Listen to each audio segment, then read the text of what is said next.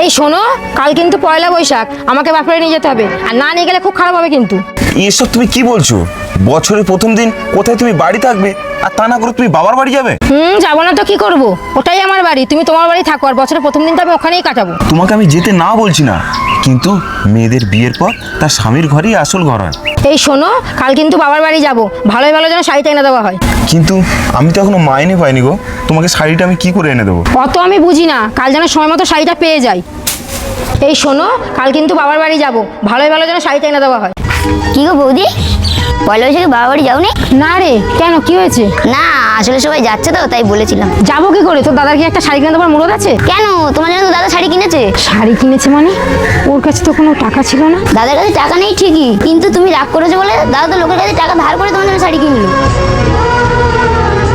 প্রীতি, এই প্রীতি, কি হয়েছে কি? এই দেখো তোমার জন্য একটা শাড়ি নিয়ে এসেছি।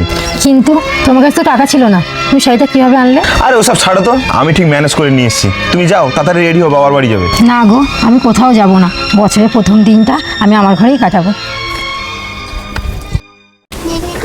দেখো তো আমাকে কেমন লাগছে। বাহ, তোমায় তো খুব সুন্দর লেগেছে। কই এদিকে আসো দেখি।